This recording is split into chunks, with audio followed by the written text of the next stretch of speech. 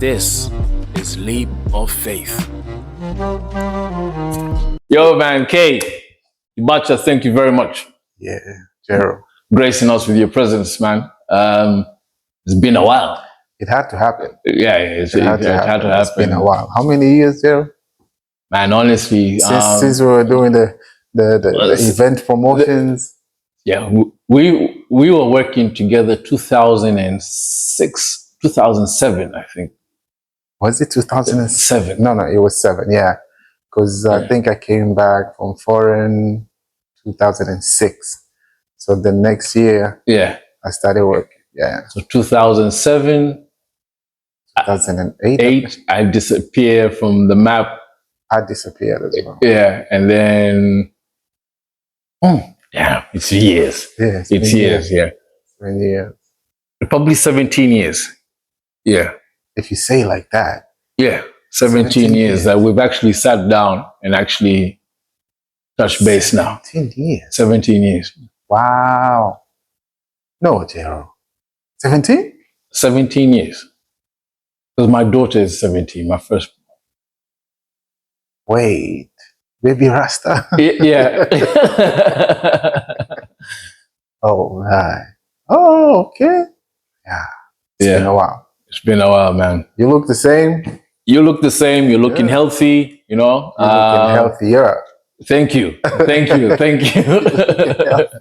Thank you. Thank you, man. It's been a tough ride, but I have to say it's I came out of that challenge grateful.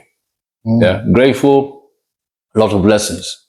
Yes. So no regrets, because I don't think I would have learned what I know now had I not gone through that those challenges and that lifestyle.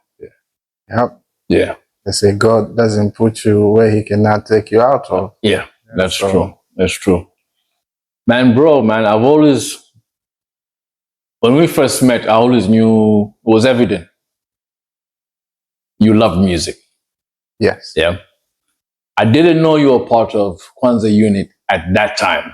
Yeah, until later when we were working together. I almost brought the t-shirt today too. I wish you did, man, but there'll always be another episode for sure. And thank you. First question really is, when did you fall in love with hip hop music? But when do you also fall in love with music? Okay, then I guess we can start with music. Yes. I started music. That's a good question, because I grew up around music. Okay. But I would say thanks to my mom's collection. Okay, so your mom was a big music fan. Not a big music fan. My mom was a teacher. Okay. Yeah, my mom was a teacher, but she had some collection there. And it's back on those days when every family had that one radio. You know, so that the radio cassette with only one speaker and the cassette side. Yeah. You know, Radio Yambao or something. And she had a collection of, I remember having the Fela Kuti collection, and she had a Bob Marley collection and some Cuban music. Because remember that time Tanzania's on socialist path. So, and then a lot of South African music, And we had a neighbor who used to have vinyls, like some American vinyls. Michael Jackson was heavy at that time. So it was between Michael Jackson, Fela Kuti, and Bob Marley. And then you have the local radios will play music as well. And for some strange reason, I always had a musical ear. Just my ear was gravitated to music. And I was that child that when my mom's friends come gather around, or I'll be the one to start singing some songs that I don't even know what they mean. You sing Michael Jackson's song word for word, but I didn't know the words, but I know how to pronounce it. So that thing kept on going and going and going. So it became part of my habit. And, but I was too young. And I think my teenage days, I started we moved from, because we used to live in Temeke side, in Changombe. Okay. Remember I told you my mom was a teacher, so she used to be at the teachers college. And sometime in 81, we moved to Oyster Bay. So it's completely new world for me. You know, over there. Different terrain. Yeah. I used to be close to the national stadium. So Simba Nayanga, Lumbiko Kipita, we're vibing. Everything is very vibrant on that area. And then we moved to Oyster Bay. It's just like chill, very chilled. Not even the Oyster Bay are squeezy, you know. But now it was really chilled. Gated community whatsoever. Yeah. But went to school there with some friends who were collecting music. Yeah, so Oyster Bay was quiet. So then I went to Oyster Bay Primary School. From standard 3 up to standard 7. Around that area, I met some friends who, some of them were my neighbors, but I didn't know they were my neighbors. I just met them on our way to school. You know, okay. It's one of those, you go to school, every day you meet the same brothers. You meet them, then you just walk together. And then they became friends. Now, their brothers used to collect music, 80s music, pop times and that time. So I get to hear the music through them. Now, these play friends didn't know that I'm musically inclined. Okay. But so I was enjoying going there. It's like, okay, maybe I can sit and listen to their brothers playing music. And I had another friend at school who was a young DJ. I didn't even know he was a DJ, so we just keep asking each other, like, do you know this song? Oh, yeah, you heard the song about this? Hey. It's like, of course I know it, you know. A DJ. I was like, what do you mean you DJ? You're in primary school. What do you DJ? He used to DJ for parties. Like whenever there's a birthday parties, he will bring his collection of cassettes and then he'll be the ones who just play this song or play that song. You know? And so yeah, it just grew. That music grew until it was when I first heard there's a track called Jam On It by The Nucleus. Yeah. So that one, it was around the time where there was a lot of breakdancing. You know, funny enough, in Tanzania, hip hop came through by the way of breakdancing first. Okay. There was so many fads of dancing that went with music, so many styles of dancing that went with music. And in Tanzania, the youth really gravitated to dancing a lot. You know, so every kid wanted to dance like Michael Jackson or Shalamar or, you know. So every 2 years, there will be a change of style, whether it's breaking new style, or popping, there was a new style. So when break dancing came through, it was like, oh, another dancing style. You know, we didn't know it was hip hop. And then along with that used to come these different kind of tracks. You know, they're a bit rough, edgy, and then they will have some people chanting on it, rapping on it. And I was intrigued about that. You know, I was like, oh, this is just some breakdancing music. Until I heard that Jam On It. That was a hot song. Jam On It. I was like, well, I like what they do. And they used to use the chipmunk voice. Any kid would like that. And later on, but what really made me say, okay, I want to do this was Rapper's Delight. Yes. Yeah, that was the one. I was like, okay. And I keep telling the stories. I went to those friends who were my mom. Your neighborhood brothers. friends. Yeah, the your one I neighborhood went to friends. school with. Yeah. So it was, their house has 4 brothers. So the 2 older ones and the young ones that are my playmates. So when the brothers are playing that song, and these guys were like trading lines to the hip, the hip to the hip, the hip. Everyone is singing one line. So the other one is in the kitchen, the other one is in the living room, the other one is in the back room. And they all know the whole song. Yeah. And I was like, no. I need to learn this song. But the problem is, how do I get the song? In the 80s, everyone was stingy with their songs. Like they have the cassette. You have to find it. They're not give it to you. And sometimes the songs get on the streets or in the clubs earlier than So getting a tape, people were willingly to let you listen to the tape while they're standing right there. All day long. All day Possible. long. Yeah. But I'm not giving you my tape. Yeah. Because most people, they get it. You get a good tape, you're not returning the tape. So you have to protect it. It's the tail of the tape. Yeah. Anyway, so remember I told you I had that friend at school. Yes. Yeah. So I had to go and convince that guy to lend me his tape. Now, I just told him, just lend me the tape for like a day or maybe just 2 days. I'll bring it back to you. Somehow he trusted me. I had to go find someone who just has a double deck because I did not have a double deck. I said, go find that person, record it, and then return the tape. And I start bragging with my tape and go home and listen to the whole, the whole song, pause it every 2 seconds, write down the word the way I hear it. Mind you, my vocab wasn't that big at that time. Okay. But so some words I was just saying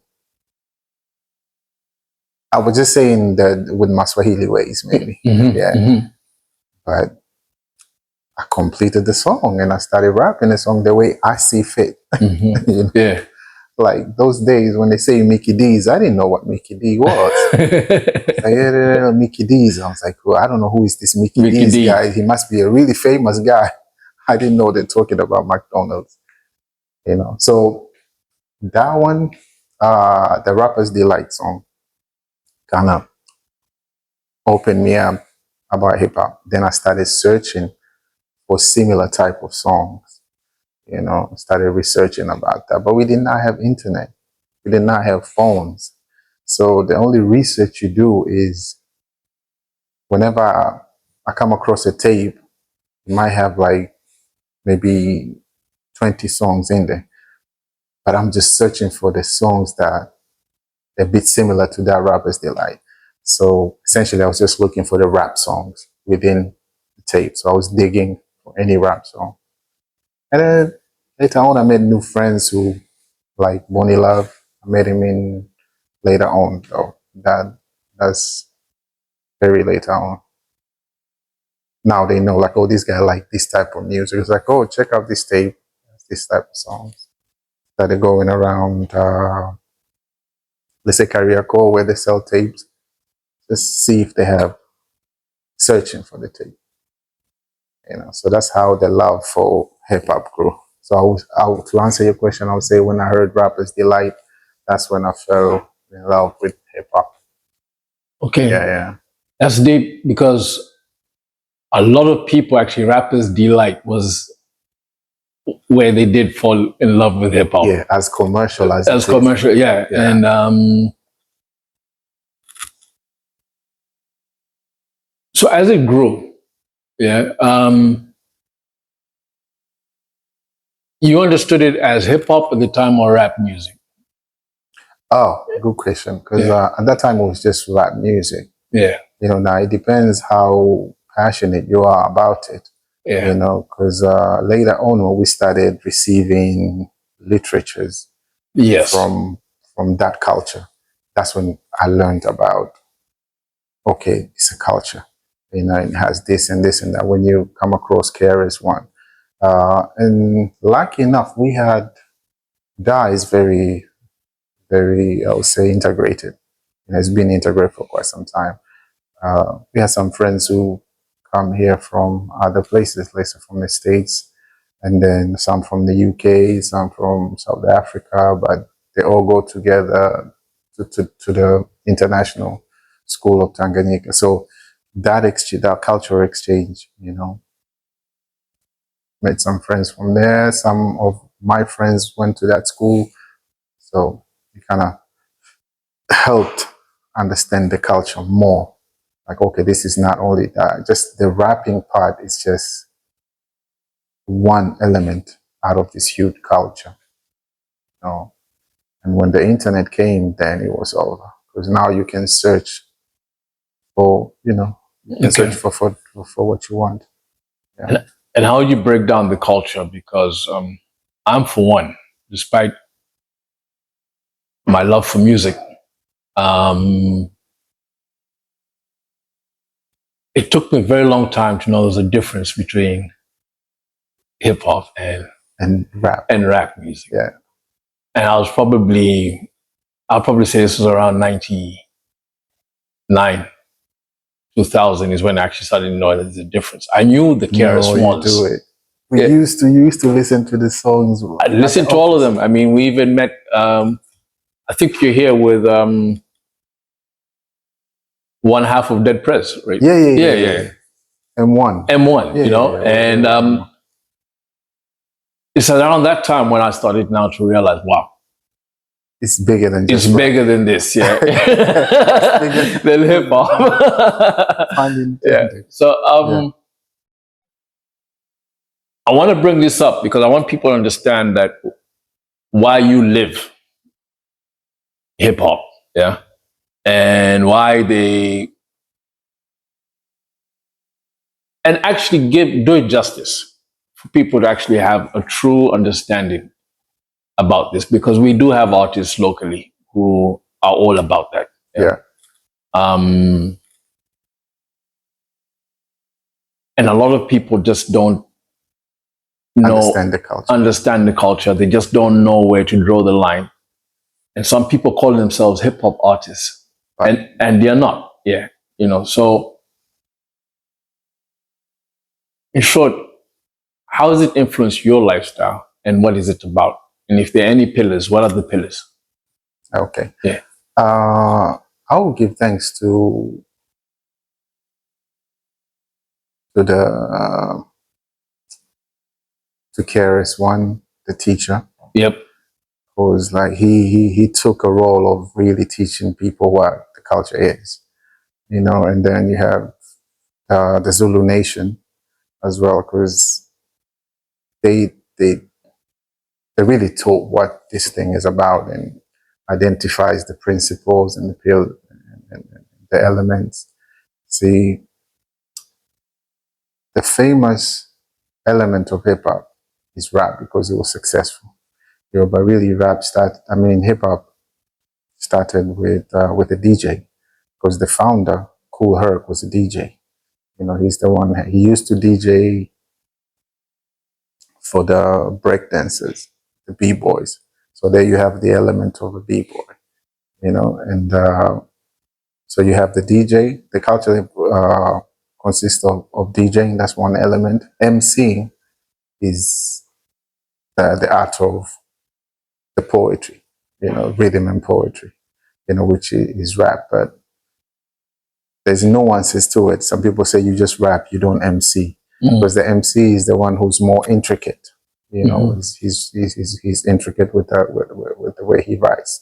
He's for the culture, where rap is just rap. Anybody can rap. You know, rappers are the ones who go commercial and just for the business. They're here for the business, but still they're there. And then you have the graffiti element. They call it the graph riders. Now, because graffiti has been, I think it's one of the elements that's the oldest, because it's been there before hip hop. Just we embraced it and made it part of our culture. You know, and then the fifth one is knowledge. You know, you won't be able to achieve any of these if you don't have a knowledge of it. If you want to MC, you have to have a knowledge. Yeah. That's why we have this thing we say, do the knowledge. You know, you want to podcast, do the knowledge about podcasts. You want to be a politician, do the knowledge about. So the knowledge is what really makes it a whole face, you know, ties it up. And so some people are just fascinated with rap. You know, they just want to rap and maybe make money, and you know, and then some people are just fascinated with just the art of MCing, of how can you be lyricism. You know, so the MC is very focused on lyricism. You know, and some people, their whole career is just lyricism. It might end up being a battle rapper or just the most respected artist. MC who just maybe did only 5 songs his whole career and never went even gold, but they're widely respected for that. You know, so to live all that is what makes you hip hop. In the early days, actually, I have a good friend of mine who's one of the pioneers on the graffiti movement. He's from the Bronx. His name is Cool. Actually, he did a show here at Alice Francais. When was it? I think it was in April. Yeah, he did a show there. Okay. Yeah. He also did a show in Zanzibar, an exhibition. Say show, an exhibition.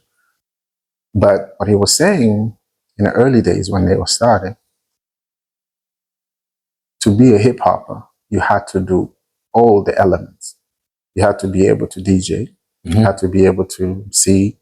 You had to be able to do graffiti. You had to be able to break dance. You know, you must have the knowledge of what you're doing. And the sub, I mean, there are more elements into it now. You have this, I think they're called the sub elements. So you have the street fashion. You know how we dress. You know, Air Force Ones or Jordans and T-shirts. And, yeah, but it grew. It grew from the 90s, so that's our thing. We'll have a good pair of jeans, Air Force Ones, and a nice T-shirt. That was us. But it grew from that. There's so many. The way the young ones dress right now, you can see that, okay, it's hip hop there, but theirs is a bit different. Yeah. You know, and you have street entrepreneurship. You know, you have, what else?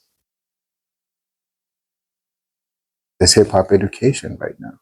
You know, it just grows. It just grows. It grows. Like, we went from just in entertainment element to now doing, it's a multi-billion-dollar industry. Indeed, man. It's you know, so it's just the understanding of it. You know, once you understand it, you say knowledge, wisdom, understanding. You know, once you have the knowledge of it, you know, you do it. You do it with the knowledge. You understand it very well, and you take it further.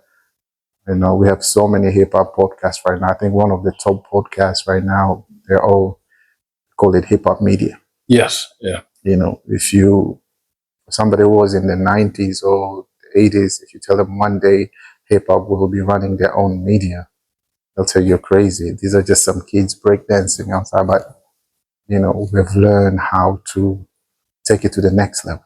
Yeah, you know, yeah. and so it's you leave it. Karis put it in a nice way. Say, a rap is what you do. Hip hop is how you live.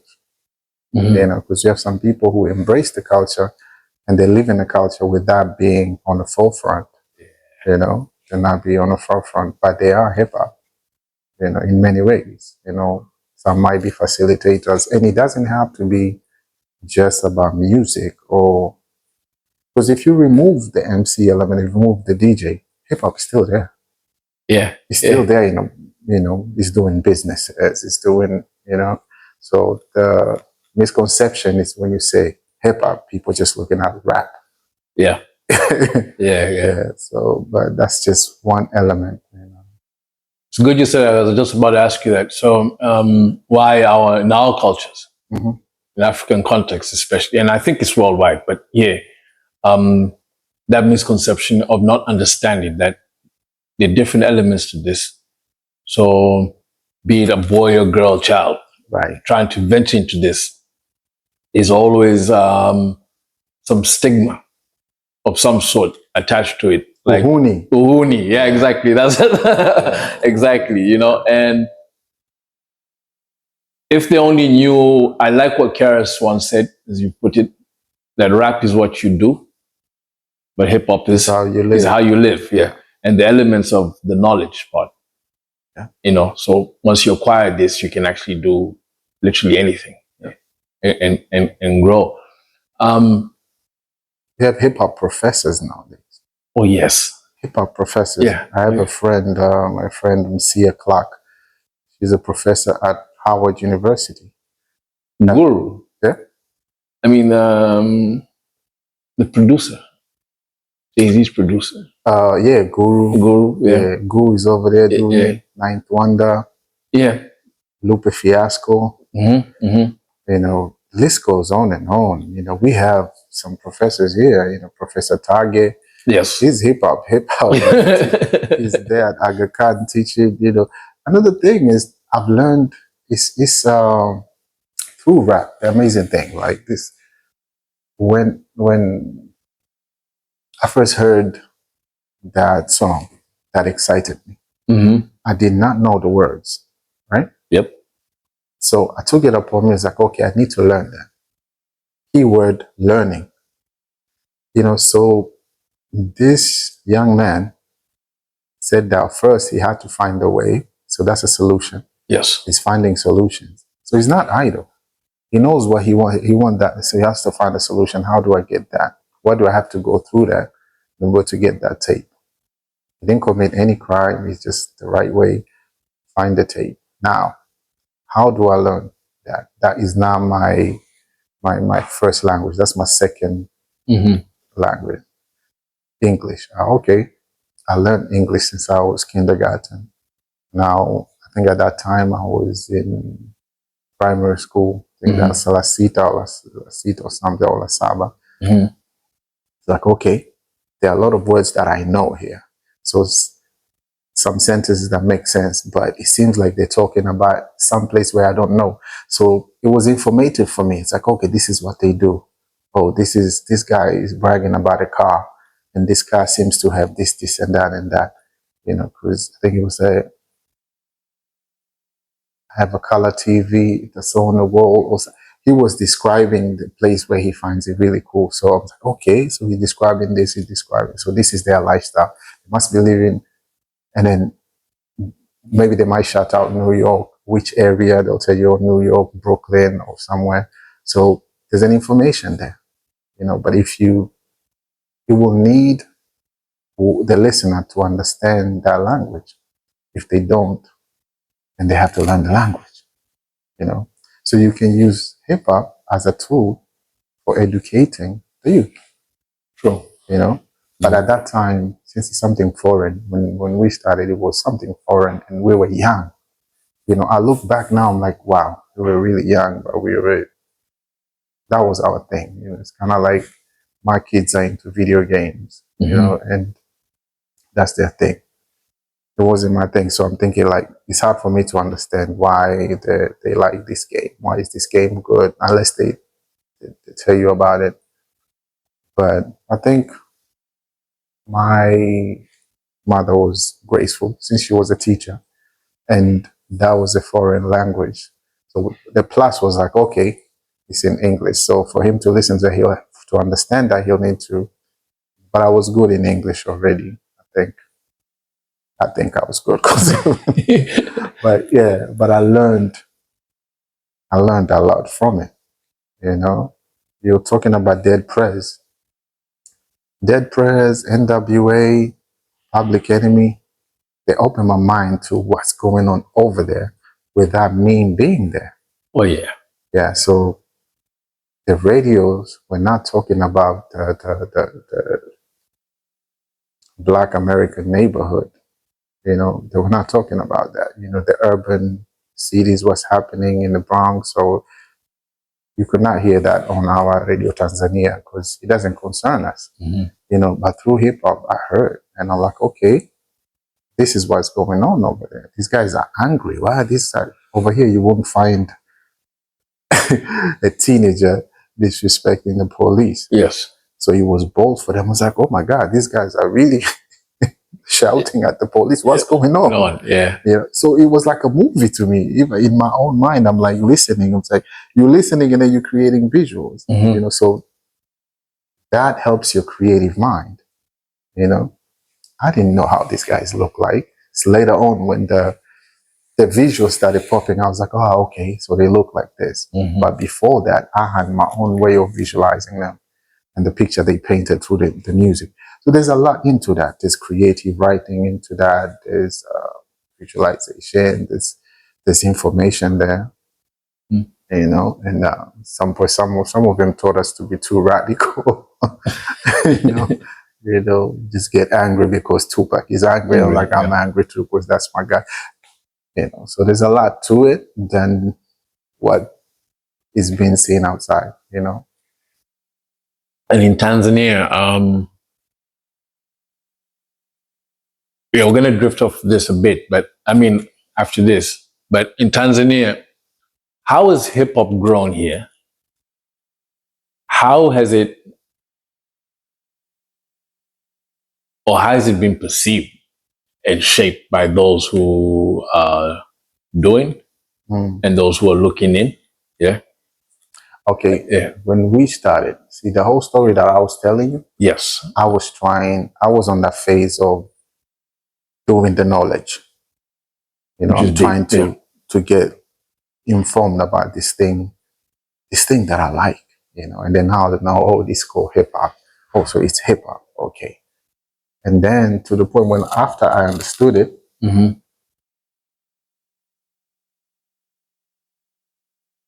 hip hop is Yeah. I've just seen that. yeah. After I understood it, Mm-hmm. that's when I was like, okay, we don't have any representatives here. Like, then it's upon us to start doing it. Mm. You know, so I started writing myself. No, I didn't start writing. I used to just freestyle. And I didn't know I was freestyling. It was just a thing. When the beat comes on, I was just start. You didn't know it was called freestyle. I didn't know. Although that's what you were doing. All right. Mhm. Okay. I think I knew it was freestyle around 95 or 94. You know, when somebody came and it's like, oh, you guys freestyle. I was like, what's freestyle? And they started demonstrating. I was like, oh, we do that all the time. That's what it's called. Anyway, so Yeah. when we started, I started myself. Okay. And there was one brother who was older than me. It was called Edo. We used to call him Edo King then. Later on, he was known as Fresh XC. He used to do it. He was so good. You know, it was around the neighborhood. But I was too young to go to the parties, Oyster Bay. So it was around the area where you see where the Kenyan embassy is? Yeah. Bongoyo Road. Mm-hmm. So from Bongoyo, from the start all the way to the finish, that neighborhood. So the youngsters from that area, they had a crew called Bad Boys. Has nothing to do with Puff, you know? Because it was in the 80s. They used to call themselves Bad Boys. And they used to throw their own parties. So I remember they used to throw a party, and every party that guy used to rap. It was good. So now I'm trying to be like that guy, but I'm scared of him, you know. He went on, but he just looked at it as just rapping. I think to him it was just a phase. When I came up and met the other people who later on became Kwanza Unit, because it was a journey from there to Kwanza Unit.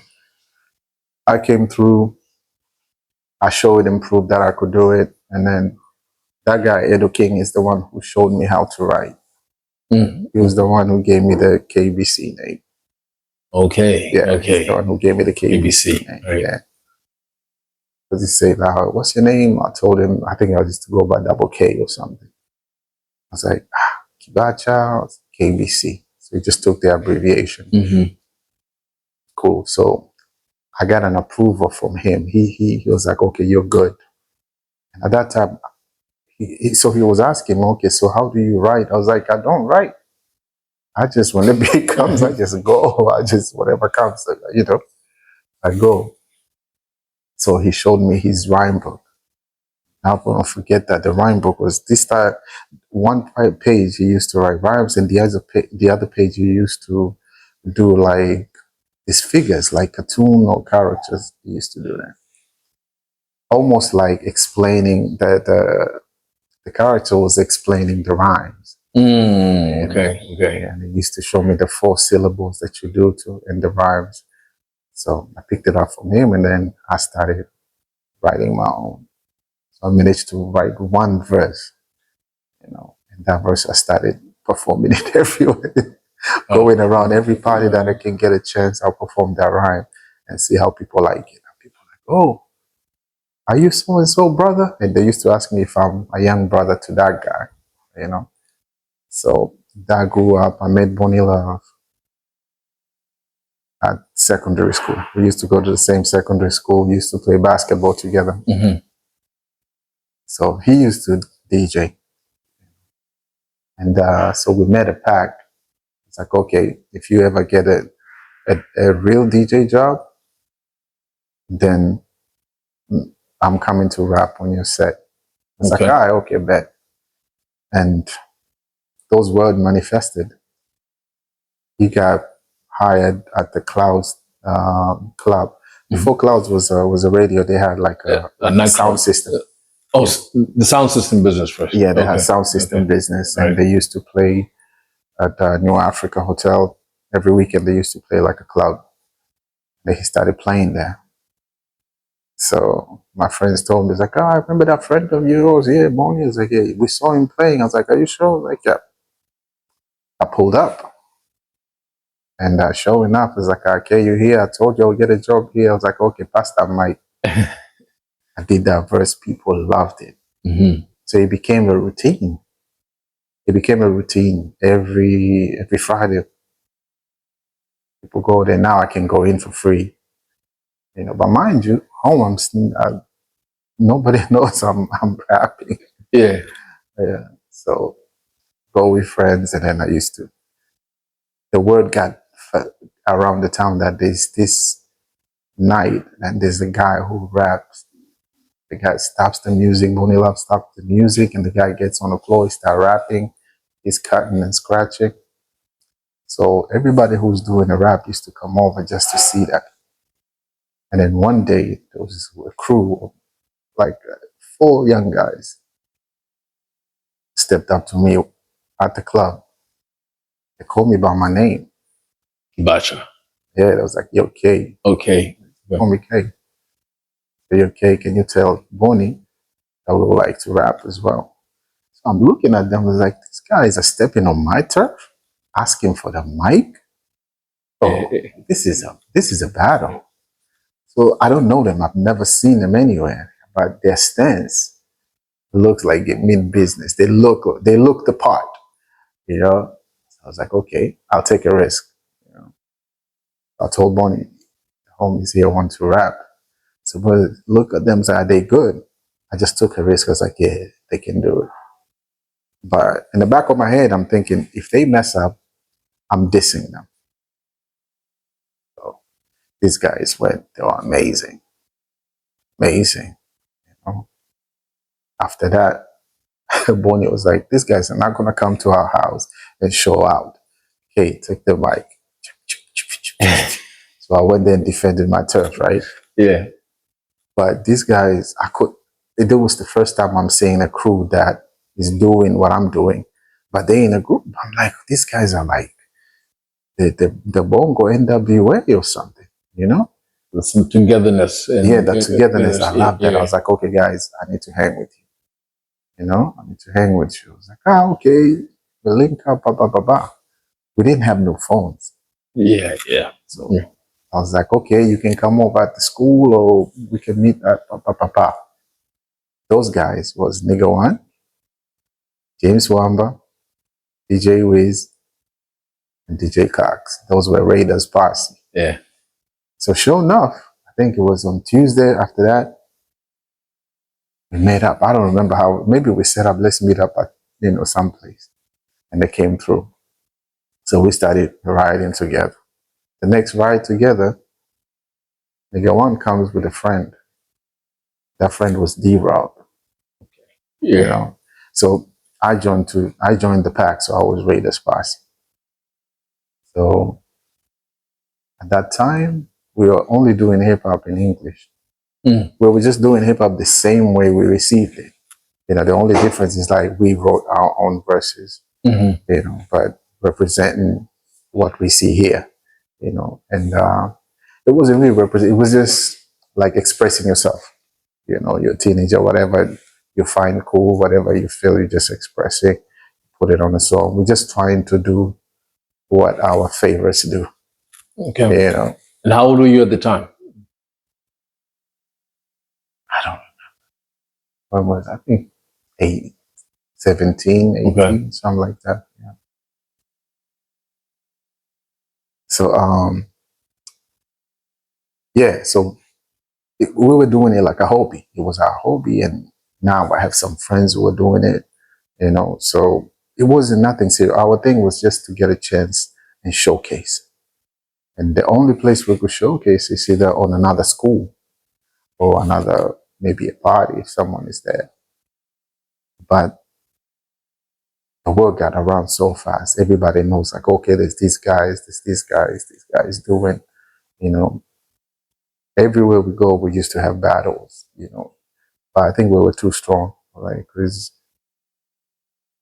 three of my crew members, one was the Tanzania, but he grew up in Zambia, very skilled, the illest beatboxer that I ever met.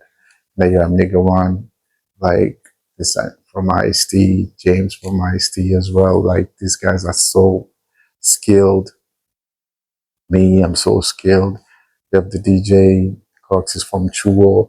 It's like most parents are teachers or like they're middle class. This is where the story about people ilikuja kwa watoto wakishua. Right? It was like middle class or working class because most of our parents were either teachers or like working for the government or. So yeah. Now different crews started to emerge, different local crews. We had our battling phase, who's the best type of phase. So we meet different crews. Remember we had smoke with Ramson's crew. Ramson, yeah. So we had smoke with them. We had beef with them. For the longest we had beef. And then it came a time where I had to go, it was my time to go to college. I went to Mbeya. So, but it was obvious, like the number one crew is Raiders Part C, but they have beef with these Temeke guys, villain gangsters, and then you got this other crew from Sinza, you got this, your bunch of tracks. But since we were looking like, okay, these guys are too skilled, but sure. So I went to college. After, I think a year, I came back after a year. I came back after a year. Sorry. When I came back, I'm meeting my boy Nigga. I see him hanging out with some people that we had problems with. So I'm like, man, what are you doing? What's going on? Come on, let me. Hold on, you was like, can I holler at you for a minute? Yeah. So like, can I holler at you for a minute? So they're all over there. So I'm on. Remember those days when we used to go to Cocoa Beach every Sunday? Every Sunday. Yeah, cars parked. And so, but I see them with them. I'm like, what's going on? So he's like, yo, all that beef is dead. We had to come together. I think that was around the time when the first multi-party election, it was coming to that. And I remember there was a lot of fears about unity. The one thing Tanzania was pushing is that unity, amani. So then I think they got commissioned to go around and speak to the youth because the youth were just all about hip hop. So and then they unified, and then they were just going spreading because we had a song called Amani. Okay. Yeah, and trying to calm people down, like, okay, we need to make. That was you as a group or all of you, collective? No, that was as a group. Okay, but now I was in college. I didn't know what's happening over here. I just came back, with a book full of vibes, full of like battle raps, ready to demolish, Ramsong and his crew. And I'm coming back, they're hanging together. So I'm like, what is going on? So, Nigel and told me, like, listen, man, that phase, we passed that, we hash things out, we are cool now, for the culture. We have to propel the culture and teach people about the culture more. But how are we going to do it if we're just busy fighting? I was like, yeah, that sounds really, really good, you know, and sensible thing to do. But what am I do with these raps? I got smoke with this guy, you know. So I wasn't ready to just jump in, you know. So, but he's my man. That's I was like, man, this is tough. And that time, James had gone to Florida. I think my Raiders Posse crew. The only member of Raiders Posse there is one and D-Rock. So I'm like, and I'm already used to the crew love. Remember, I started solo, so I went solo for a while, and when I came to the crew, it was a family thing. Yeah. So now I have to make a decision. Like, wow, you know, is it about me or about the culture? Because if it's about the culture, then I have to join the brothers and spread the culture. So I took a week or so, and then I went and joined the culture. So then we started as a hip hop movement. Because now all the fractions, we're all aiming for the same cause. Okay, we need to make our mark, whether in Africa or in the world. Like, okay, we have something to say as well. Africa has something to say. Africa also has a hip hop movement. And then that's when we brought a language in. Because when we started, we were just rapping in English a lot. But majority of the fans, they just like the energy. They like, it's a new art form. They love it. It's kind of like I'm a piano right now. People love it, but you don't know what they're saying, but you like the energy, right? The energy, yeah. Yeah. So it was like they can connect with the energy. It's a youthful energy. They like, because you know how hip hop be, man. It's like the only people that could compare us with us was the Biggies, the Tupacs, the Jay-Z and Nas. And it's like, because what they used to say was like, you guys, yani kama sio watu wa hapa it's like the only thing. I was like, come on. And the challenge was they never used to think we rap our own raps. So just thought you're taking... Yeah, since we were rapping in English, they only thought like, okay, you guys are just copying Americans.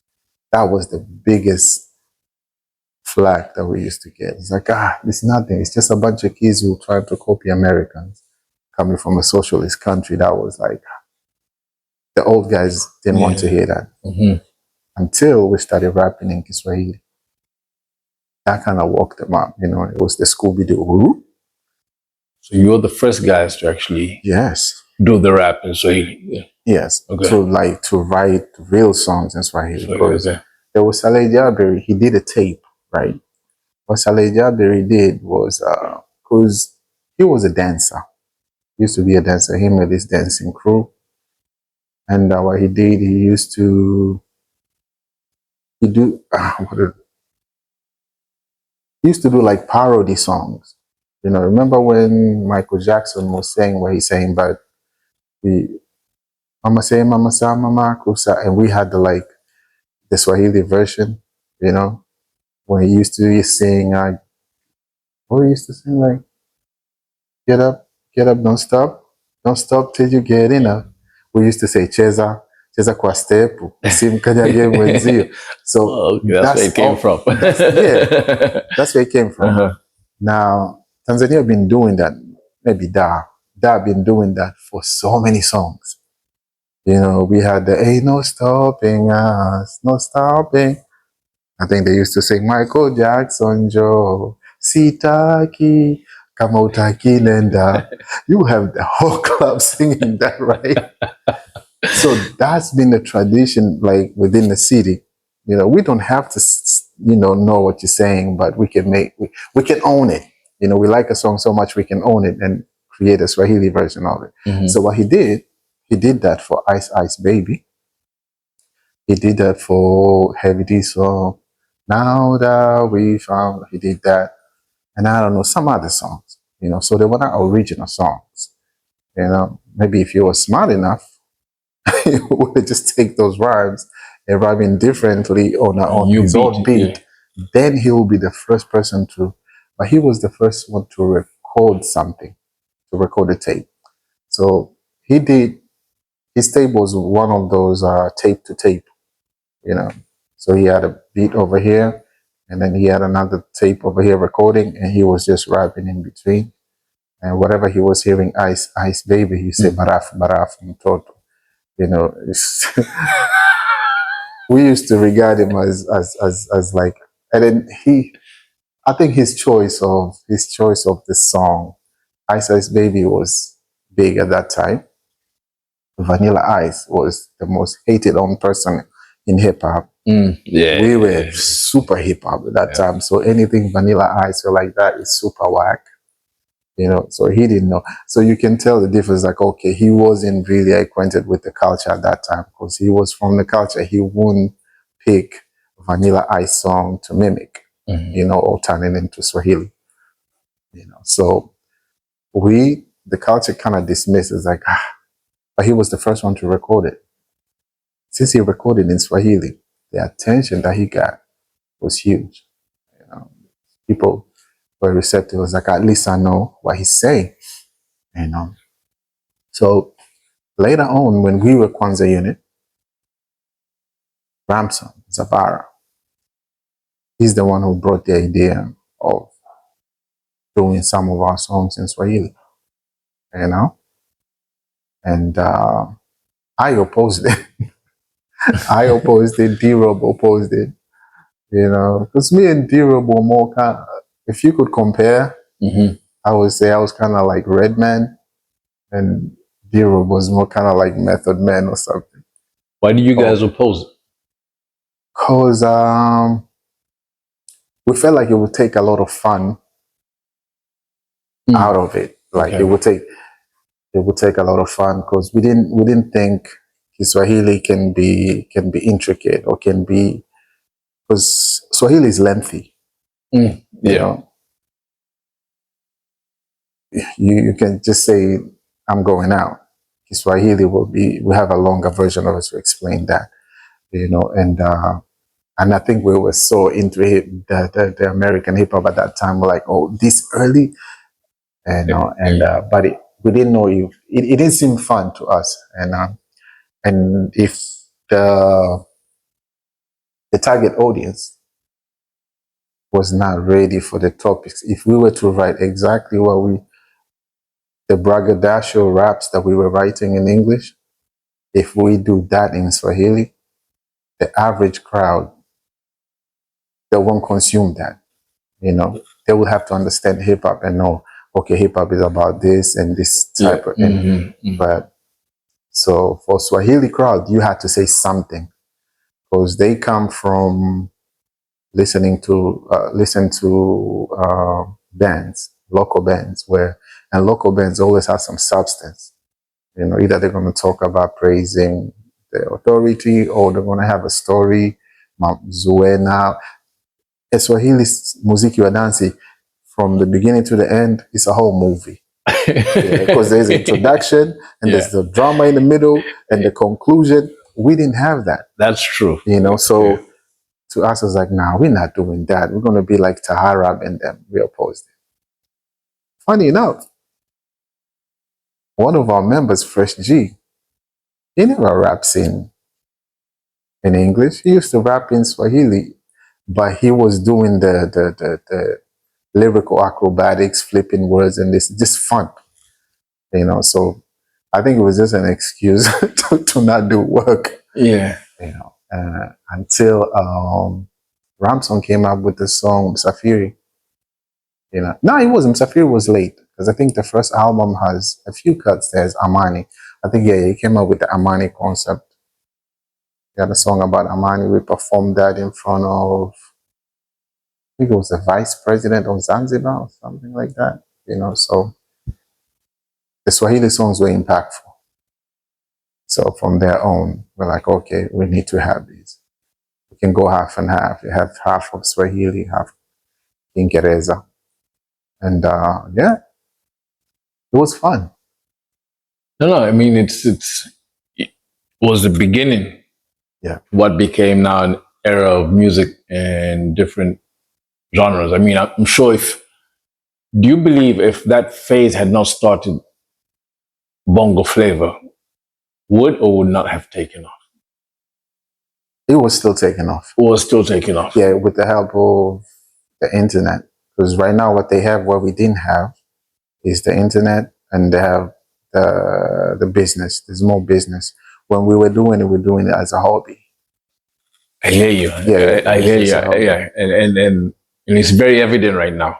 Yeah. Because I can tell from the time when we were working together, 98, Right. a very handful of people who were making money. Yes. Yeah. And probably say the producers were the ones making the money. Yeah. It's only one producer making money. It was just P. P, you make a lot of money. He's the one who's making money. You know, shout out to P. Shout out to P. Yeah. P Funk. I mean, you had a few producers. Yeah. Yeah. But now, I mean, but I still think P Funk makes more money than them for a reason why. Not to put his business out. Yeah. Here's the thing about that we didn't know back then. You know, we didn't know about the music business. Many didn't. We didn't know about the music business, but for some reason, P Funk must have known something, because he has a bigger catalog. P Funk and I would say these three. I call them three kings. P Funk. There's Bonnie Love. That's the king. That was the first bongo flavor song to be recorded. It's Bonnie Love. Yes. Song. Yeah. The first hip hop crew to be recorded, Us, was born with Bonnie Love. Bonnie Love, P Funk, and Master J. Yes. They have catalogs. You know, they have catalogs of people. You know, because the Mawingu studio recorded Mawingu Band, the first album, recorded Kwanza Unit album, recorded JD album, Gangsta with Matatizo album. I think Nature had a few songs there. Mabaga Fresh. There's a list. Like, that man produced a lot. And you come P Funk, oh my God. You know, the whole TMK movement recorded there. You know, Kwanza recorded there. Where? Yeah. Man, you know, P Funk catalog is crazy. Now, when you have a catalog on music business, if I'm an artist, I'm just coming there to put my vocals. And he writes the music. He owns the rights to that music. You're not going to sell the vocals alone, brother. Oh, yeah. You can't. Yeah. So he owns 50% of that song already, you know? And God forbid, if I bring Jero to sing the hook, I have to share profit with the guy who sings the hook. You know, but his 50% still stay untouched, right? Now, that 50% times his catalog. Don't play with that guy. If I knew this, I would have been a producer. Yes, you know? But hey, so we didn't know all that. So we were just happy to be called. Like, oh, Zanaki is doing a picnic. They want Kwanza Unit to be there. They say, yeah. They will send up and say, Kwanza Unit, they want you to come and perform a song or two on our graduation. We're like, what? We get a show? You know, because I remember the first time we actually made money from music. DJ Pinien. Yep. From Kenya. Came over. I think that must have been 97 or 96 or something. He came across. There's no phones, mind you. He came looking for Kwanza Unit. How does he find Kwanza Unit? He started asking around, this guy called Kwanza Unit. Do you know them? I was like, yeah, everybody know Kwanza. What's up? It's like, I'm looking for Kwanza Unit. Tell him this DJ from Kenya. So these guys tell him, you're looking for Kwanza Unit. You need to go to the Salamander spot in Samora Avenue. Yeah. Go over there. There's a guy who's selling magazines over there and newspapers. Leave the message there. So he goes there, leave a message. Like, there's this guy from Kenya looking for you. Every day, one of us will pass, one or two or three of us will pass there. Say, you okay? Yeah, there's a guy from Kenya. Kenya? Yeah. Okay, he said he'll be here tomorrow at 12. So somebody be there tomorrow at 12. It's Pinien. It's like, yo, I'm DJ Pinien. We're doing this block party for Choice FM. We need you over there. When are you guys ready to go? What? You guys have passport? I had no, so you need to get passport. So, and then we went to the block party, pay for transport, went over there, performed. In Kenya, I think he's him then Adrian. Mm. Yeah. You know. Nah, Pinya is the one. See, Pinya and Bonnie are like doing the same thing. He's an OG over there. He has OG over here. Okay. Yeah. So you guys head out to Nairobi. You do the Choice FM. Yeah, do the Choice. I remember the Choice FM block party. Yeah. You know. But what I was amazed with is like there was no any publication. We didn't have no internet, but just the word of mouth got out there that there's some young cats out here who's doing hip hop and they're called Kwanza Unit. He came looking for Kwanza Unit. So I was amazed. I was like, okay, we travel. You know, and another thing, now looking back, right, as a parent, I'm amazed. Like, okay, our parents let us go. It's like, oh, okay, where are you going? It's like, oh, we're going to Nairobi to perform. Okay. There must be something that we were doing right. Right, yeah. A collective of parents, because we're a crew, right? So it's not like we're just one, collective of parents. Like, okay, they're doing this art thing. Either they had the appreciation, maybe the parents had art appreciation, So we went, came back, and that's the time when, that's the only time where we're coming back. Just the trip itself to me is like, okay, it's a bonus, Came back for the first one. And then they called my boys the second time. I think I was in college. The third time we got called for the Benson and Hedges Music Festival. That happened at the Carnival. Yes. Yeah, and that had the whole East Africa. Yeah. Artists from all over. We were all in just one building. It was the most amazing experience. Because you had the best from Uganda, the best from Tanzania. That's from Kenya. And then the Kenya had to represent. Yeah. It was, that time we got to meet Kalamashaka. Yeah, I remember that concert. Yeah. Hanging around with Kalamashaka, we just realized we like Kwanza Unit and Kalamashaka like cousins from the distant cousin. Everything that we listen and we enjoy listening, they listen. Yeah. So we end up just laughing about some skits that we enjoy here. We think it's funny. And we thought these are like Kwanza Unit inside jokes. They're laughing at the same thing. So we were like that. Met Missy Myra into, at that time, I think was Gidi Gidi Maji Maji was just starting. Young. I don't think they even remember, and what was my man with the audio vault? The producer, Ted Josiah. Yeah. Ted Josiah took us to the audio vault and playing us some beats. And we were just there, Kwanza Unit and Kalamashaka in the same room. And we were supposed to do a track. Keep reminding these guys, we were supposed to do a track. And I remember the track was supposed to call Hip Hop Harambe. Yeah. And I think some people did some verses. I don't know if it was Kama and Ramson did some verses, but, there was something out there. Maybe if we meet up with Ted, if he dig his votes, maybe he might find something, So we did for an amazing festival like that, just to be picked up and get taken over there. Mind you, we're still doing it as a hobby. To us, it's just a hobby, and we're ecstatic that a different country embraces us. And we have critics here who are like, these kids just want to be Americans or something like that. But we get embraced and shown the music business. And on our way back, the day that we're like, okay, the concert is finished, my best moment was the crowd going crazy for our performance. The appreciation. The appreciation, because we were a new crew.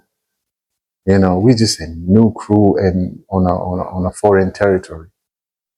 They don't speak Swahili as we do, you know, and we us going over there, we shut it down, and the crowd was going crazy. That was just meant everything to me, you know. So at that point, I was like, man, I've done it. Like, you know, now I have Tanzanian crowd and I have the Kenyan crowd. The only place I haven't conquered is Kampala.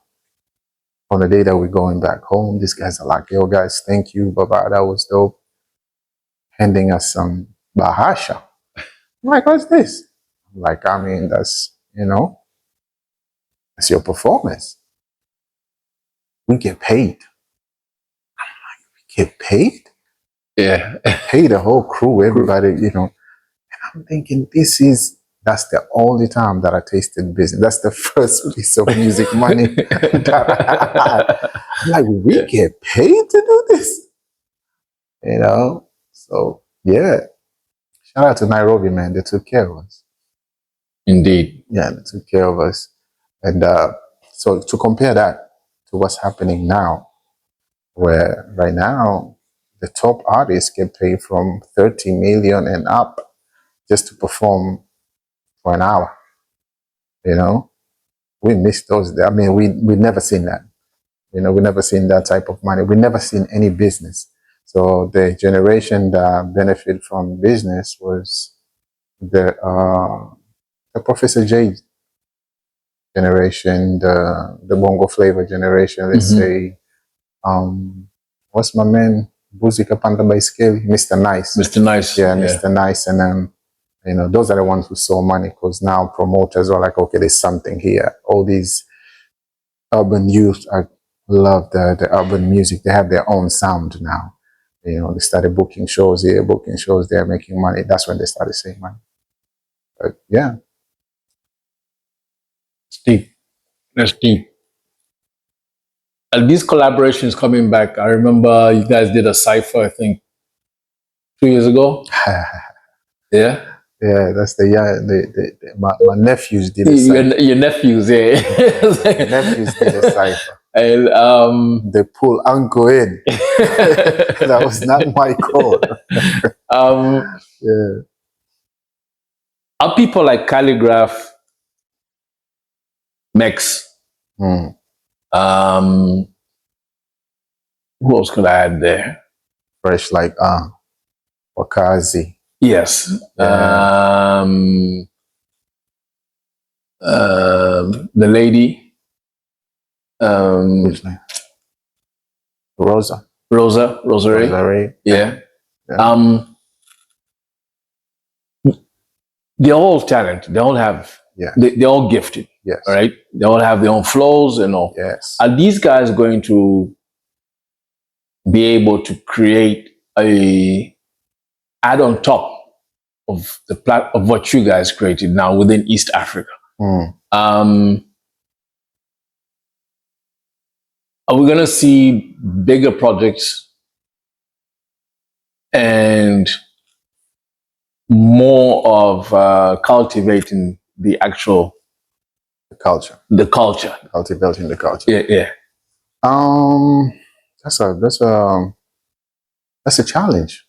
You know, that's a good challenge you throw at them, to be honest. And because back then we always had, the culture always has this thing, the responsibility of being represented. You know, you always have to represent the culture, because hip hop culture is just one. You know, there are other cultures out there. There's other hip hop culture created the rap genre, right? Totally understand. Right, and but you have different genres. You know, for Tanzania, hip hop somehow birthed bongo flavor. You know, those who are trying to do hip hop and got too melodious and a little bit so on a softer side, soft side. Some genre that came out bongo flavor, you know, and it blew up, right? So it puts hip hoppers on a position, it puts them under pressure, really, like, okay, bongo flavor has created an African superstar or superstars, you know. Who is the hip hop superstar? You know, That's what I'm talking about. Yes. Yeah, yeah. Now, to do that, first you have to study what you're doing, and you have to know what are you doing it for. There's some people who doing it just to get the numbers, just to get the numbers, just to do business, and this cultural aspect. Some people who are doing just to preserve the culture, So that's where people go separate ways. Whereas we're seeing like Rosary, we see there's a change to her style now. First she was just, a fly girl, like, just expressing herself, as a woman, or as an urban lady. And then now I think she has more mature content. She sounds more pro Africa. Yes. So she chose that, but will that give us what you're asking for? I don't know. Calligraph Jones. Calligraph has always been lyrical, but at some point he started doing business. Now you can listen to his song. He can rap himself up. He can rap really good. There's no doubt he can rap. But you can tell from his selection of songs, like there's some songs where the target audience is the club, or the target audience is for East African crowd. He's trying to do numbers. He's trying to be that, that East African top entertainer coming from the rap side. So there's a lot of this nowadays. There's a lot of decision because there's a lot of rappers, there's a lot of MCs, and then we have the digital explosion. If you're not relevant on the socials, they don't care how much you can rap well. It's like, okay, you don't have numbers, cannot reach us. What if you're not trendy? You have to go with the time. You have to go with what's happening. So there's a lot in there. To ask that question is not easily executed, because you might choose to be like, okay, I'm trying to be the next Nicki Minaj. And people might reject that, like, okay, we already have a Nicki Minaj. Why do we want an African Nicki Minaj? Okay, this reminds me of M1. Yes. M1. I remember saying was either the night we had dinner or after that. But Right. he did bring up something that his music feeds his family. Right. Yeah. And he treats his music as a business every single day. Not that he wants to be the next big thing. Yeah. But as long as he's contributing to the culture, he can feed his family, educate his kids. Right. Yeah. Then he knows that the culture has done him justice. Yeah. See, that's the pressure that we did not have. Yes. On our times, we were more focused about, are you nice? By nice, in hip hop, that means, are you skilled? Can you rap well? Yeah. Can you write well? Are you a lyricist? Or you this and that? Not even the image. People didn't care about the image. Yeah. Right now, people care about it. It has to go together. You have to be skilled. You need to have an image. If you don't have it, then you need to create some image and create a style that puts you out there. You need to have a crowd that you cater it to. Like what is the character of your target audience? Who are the people you're aiming at? Is it the middle class or the working class? Is it what is the age group? You need to figure all that out, and then know exactly what you're going to feed them. It's not as, okay, I'm nice with rap. Everybody's like, they say everybody with their mama can rap nowadays. So it's like, okay, who are you talking to?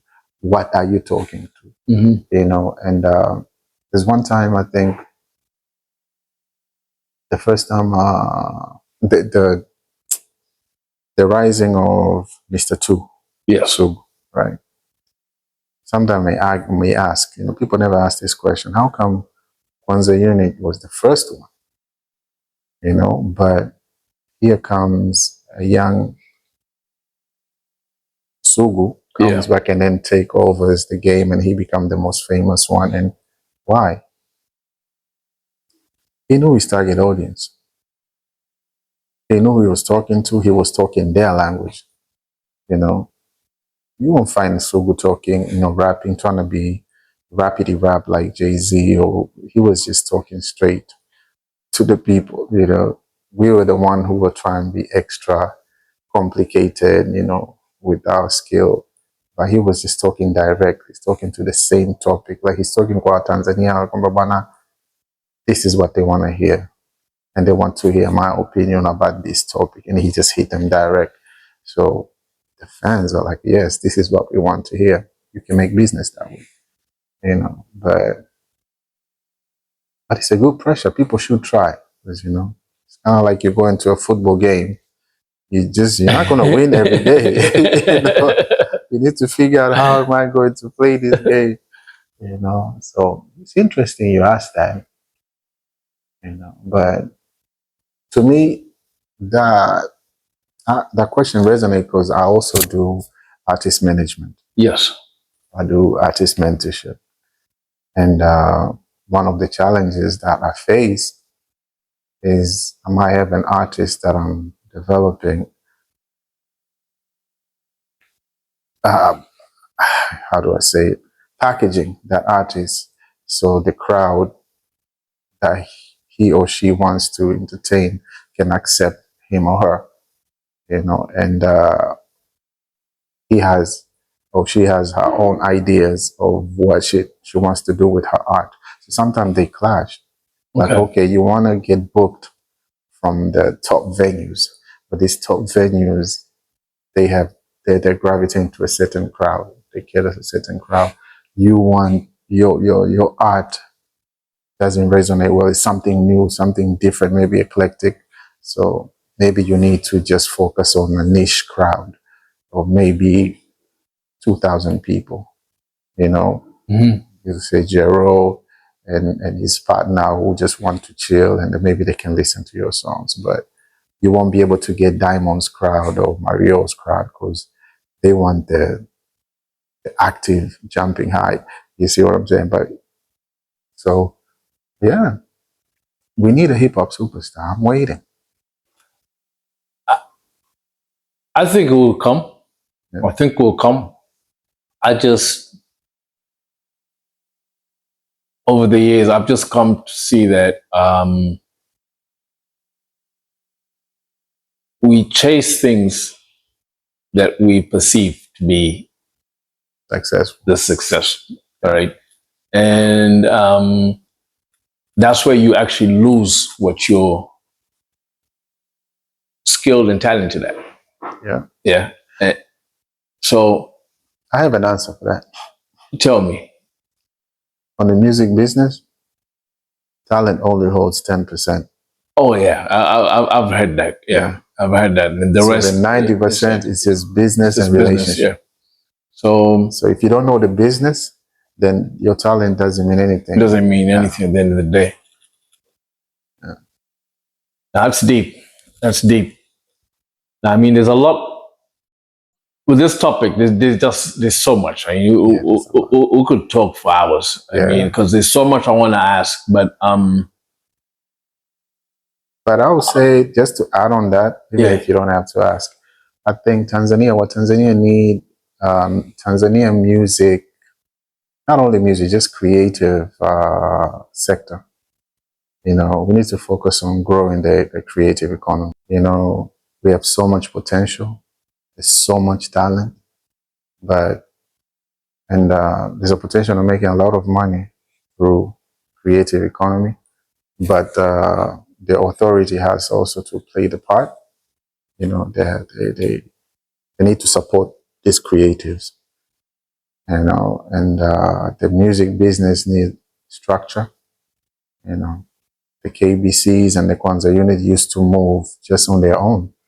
There was no manager, there was no lawyer, there's no A&Rs, there's no booking agent, there's no tour agent, there's none of that, But there's a lot of business within just on the music section, right? Imagine you have the artist and then you have the artist manager.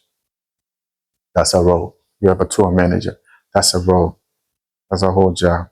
You have a booking agent. That's a whole role. You have a promoter. That's a role. And then you need create more creative spaces. You know, we only have one big performance dome. Yeah, but you can imagine every district, let's say we have performing spaces and creative spaces. That means you'll have more artists can create can not create. I mean, can perform in different places. They can generate income and on music copyright sides. You know, we need proper structure over there so musician can recoup their publishing. They can get their publishing because that's what really. If you retire from music right now, I would say someone like Ali Kiba or whoever, or like Calligraph Jones, let's say, right? The amount of music that he put out the day that he retires, he'll just be collecting, publishing for the rest. If you follow through if you registered on the right structures and stuff like that, you know, and just keep up with the rest of the world. You know, we need to keep up with the rest of the world. If the rest of the world are doing something that's working, why are we stuck here, you know, living on models that didn't work even in the 80s? You know, and so hopefully people will listen, you know, and people in the right places will listen. And there's a lot of money. There's a lot of money. A lot of money. I remember one time I heard about the money that was collected in this country from a creative sector. It's in hundreds of millions in just 1 year. And that doesn't even scratch the surface. That's just off performing and imagine what they can get out of the other avenues, the other revenue streams. You know, there are people who are just living off YouTube streams. Yeah. You know, just YouTube streams. People are making a lot of money out of that. But no one ever thought that why Tanzania doesn't come up with their own YouTube, you know, infrastructure like YouTube. Okay, that's just YouTube. There's Vimeo. What if we have a different platform that you could just find Tanzanian music there? And there's a lot that you can do. People need to get innovative. And I mean, but sky's the limit. Maybe the young ones will do it. Maybe the young ones will do it. Let's hope, man. Let's hope. Yo, man, thank you very much. Appreciate this. It's a pleasure, man. Honestly, I want to sit down again because there's a lot, man. Anytime. There's a lot about Anytime, man. Not just the hip hop culture, but the whole creative industry. Yeah. I'll be glad to come and share about the creative industry. Yeah. I mean, we learn every day about it. It's like I have like 2 artists that I manage right now, so I'm learning about the creative. I mean, the creative management every day because it changes every day. Yeah. You know, what I thought I knew by now doesn't work. So I have to unlearn what I thought was right. Yeah, true. You know, and but it's going in the right direction. I know a few people who I'm proud of what they're doing, and they're handling big clients within the country. So it's nice when you see a huge artist from our country being managed by one of our own. That's true. You know, because they could have easily decided to be like, you know what, I'll get some foreigner to manage me. You know, because that means the money go outside and it's not here. So stuff like that. Cheers, man. Hey, salute, God bless you. Gerald. Thank you very much. Congratulations. Man. Congratulations on everything, man. Thank you. Congratulations on beat me up to the podcast. Now you'll have to come to my podcast. Definitely. Yeah. Definitely. Coming soon, very soon. Collaboration for sure. Asante sana. Yeah. Yeah, definitely. We can collab, man. Definitely. And we can do what we used to do. Yeah.